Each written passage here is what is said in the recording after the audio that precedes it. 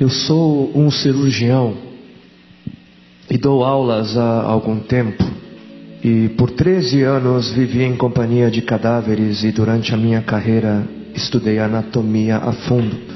Posso, portanto, escrever sem presunção a respeito de morte como aquela. Jesus entrou em agonia no Getsemane e seu suor tornou-se como gotas de sangue a escorrer pela terra. O único evangelista que relata o fato é um médico, Lucas, e o faz com a precisão de um clínico. O suar sangue, ou hematidrose, é um fenômeno raríssimo. É produzido em condições excepcionais. E para provocá-lo é necessário uma fraqueza física, acompanhada de um abatimento moral violento, causado por uma profunda emoção, por um grande medo.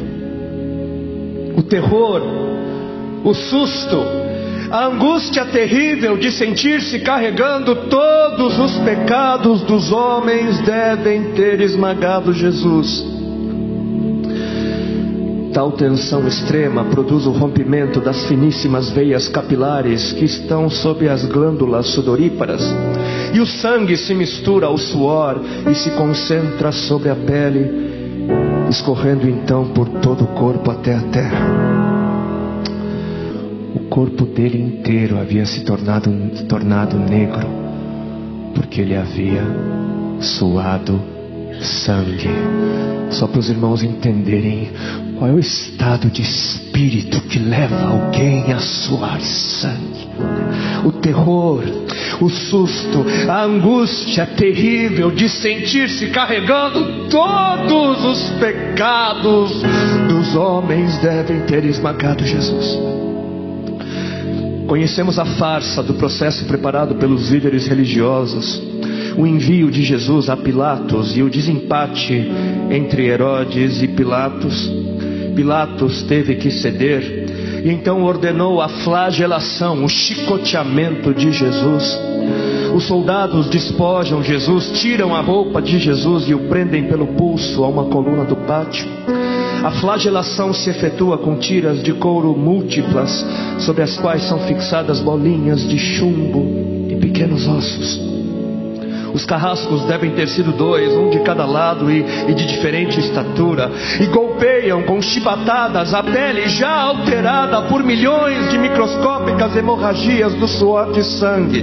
A pele se dilacera e se rompe, o sangue espirra. A cada golpe Jesus reage em um sobressalto de dor. As forças se esvaem, um suor frio lhe impregna a fronte, a cabeça gira em uma vertigem de náusea, calafrios lhe correm ao longo das costas. Se não estivesse preso no alto pelos pulsos, cairia em uma poça de sangue. Depois o escárnio da coroação, com longos espinhos mais duros que os de acácia. Os algozes entrelaçam uma espécie de capacete e o aplicam sobre a cabeça de Jesus. Os espinhos penetram no couro cabeludo, fazendo-o sangrar, e os cirurgiões sabem o quanto sangra o couro cabeludo. Pilatos, depois de ter mostrado aquele homem dilacerado à multidão feroz, o entrega para ser crucificado. Colocam sobre os ombros de Jesus o grande braço horizontal da cruz, que pesa uns 50 quilos. A estaca vertical já está plantada sobre o Calvário. Jesus caminha com os pés descalços pelas ruas de terreno irregular, cheia de pedregulhos. Os soldados o puxam com as cordas. O percurso é de cerca de 600 metros. Jesus, fatigado, arrasta um pé após o outro. Frequentemente cai sobre os joelhos e os seus ombros estão cobertos de chagas, de ferimentos. Quando ele cai por terra, a viga lhe escapa, escorrega e lhe esfola o dorso. Sobre o Calvário tem início a crucificação. Os carrascos despojam o condenado, tiram a roupa do condenado, mas a sua túnica está colada nas chagas dos ferimentos, e tirá-la produz dor atroz. Quem já tirou uma atadura de gaze de uma grande ferida percebe do que se trata. Cada fio do tecido adere e cola a carne viva, e ao levarem a túnica se laceram as terminações nervosas postas em descoberto pelas chagas. Os carrascos dão um puxão violento, e há um risco de toda aquela dor provocar uma síncope. Mas ainda não é o fim. O sangue volta a escorrer. Jesus é deitado de costas. As suas chagas se incrustam de pequenos elementos. Depositam-no sobre o braço horizontal da cruz. Os algozes tomam as medidas. Com uma broca é feito um furo na madeira para facilitar a penetração dos pregos. Os carrascos pegam um prego, um longo prego pontudo e quadrado, apoiam-no sobre o pulso de Jesus, e com um golpe certeiro de martelo o plantam e o rebatem sobre a madeira. Jesus deve ter contraído o rosto assustadoramente. O nervo mediano foi lesado. Pode-se imaginar aquilo que Jesus deve ter provado: uma dor lancinante, agudíssima, que se difundiu pelos dedos, espalhou-se pelos ombros, atingindo o cérebro. A dor mais insuportável que um homem pode provar, ou seja, aquela produzida pela lesão dos grandes troncos nervosos, que provoca uma síncope e faz perder a consciência. Mas em Jesus não. O nervo é destruído só em parte, e a lesão do tronco nervoso permanece em contato com o prego. E quando o corpo for suspenso na cruz, o nervo se esticará fortemente como uma corda de violino esticada, e a cada solavanco, a cada movimento, vibrará despertando dores dilacerantes. Elevam a Jesus. Os ombros da vítima esfregam dolorosamente sobre a madeira áspera. As pontas cortantes da grande coroa de espinhos penetram o crânio. A cabeça de Jesus inclina-se para a frente, uma vez que o diâmetro da coroa o impede de apoiar-se na madeira. Cada vez que o mártir levanta a cabeça, recomeçam pontadas agudas de dor. Pregam-lhe os pés. Ao meio-dia, Jesus tem sede.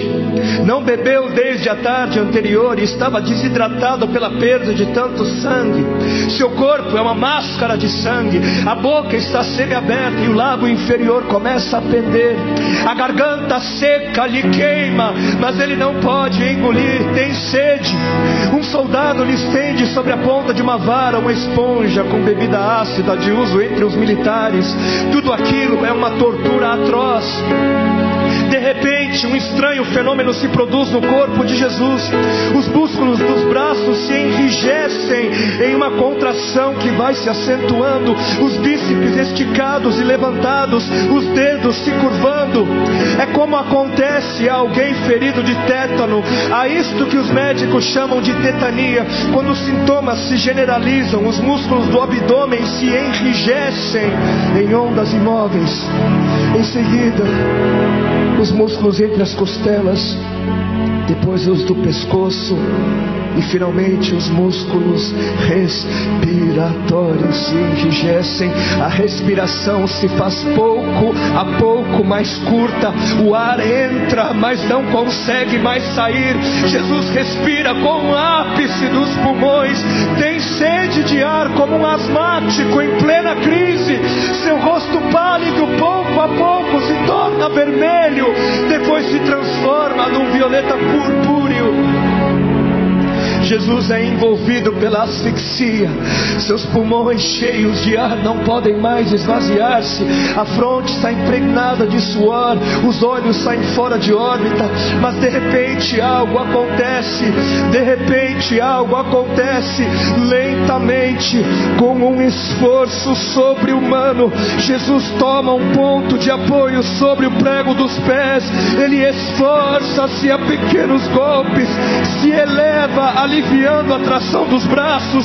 Os músculos do tórax se distendem, a respiração torna-se mais ampla e profunda, os pulmões se esvaziam e o rosto recupera a palidez inicial.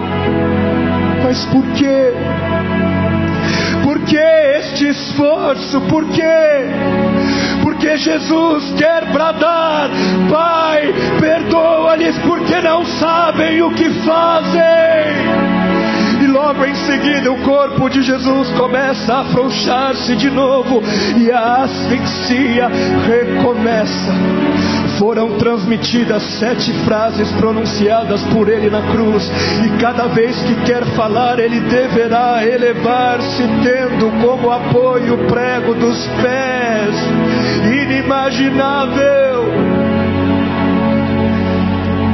Atraídas pelo sangue que ainda escorre e pelo coagulado, enxames de moscas unem ao redor do seu corpo, mas ele não pode enxotá-las.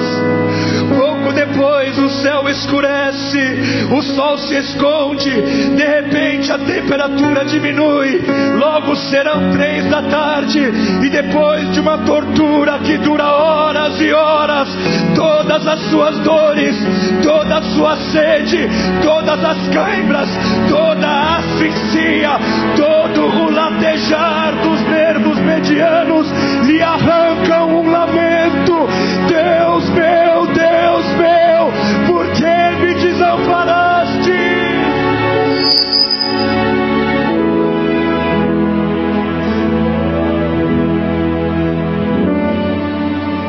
Jesus grita: está consumado.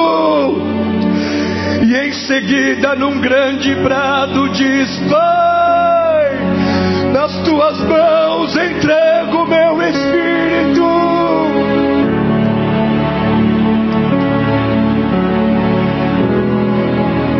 E morreu no meu lugar e no seu.